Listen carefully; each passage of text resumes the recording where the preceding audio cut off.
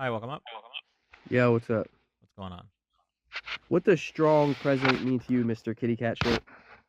Can you explain that one? I would say someone Since who, you're all about strong, please tell me.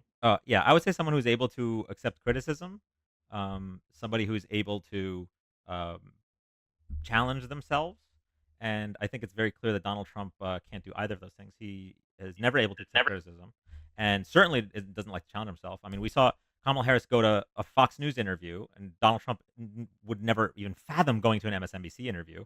Um, anytime he's faced with any kind of harsh reality, rather than rising up and meeting the challenge, he just blames other people. He's not a good leader to just constantly pass the buck. I mean, the fact that all he had to do, we had a national tragedy, right? 67 Americans died in possibly a very preventable accident, plane accident. And rather than him bringing the country together, and rather than him saying this is a terrible tragedy, and we are going to investigate and make sure this never happens again, the first thing he did was try to pass the buck and blame diversity, equity, and inclusion. Yeah, that's not a strong man. That's a weak leader. Does that answer your question? Could you give me an example of a strong leader? Yeah, I'll give you an example of a strong leader. So when Joe Biden was handed this plan that was negotiated by his predecessor, right? This negotiation for the pullout of Afghanistan, rather than doing what his predecessor did, which is continue to push the can down the road because he didn't want to take any of the blowback, he finally got us out of a 20-year war.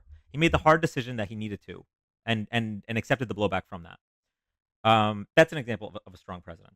When um, when Obama got into office, right, and he had to deal with the not only the economy crashing before his eyes, but a massive rise in school shootings.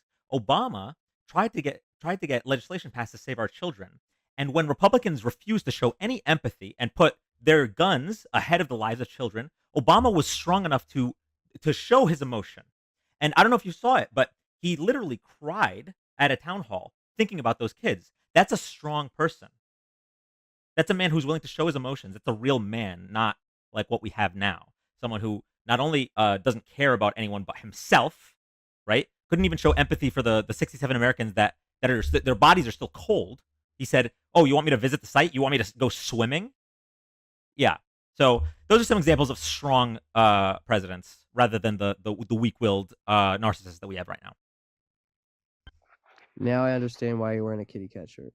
Have a good one.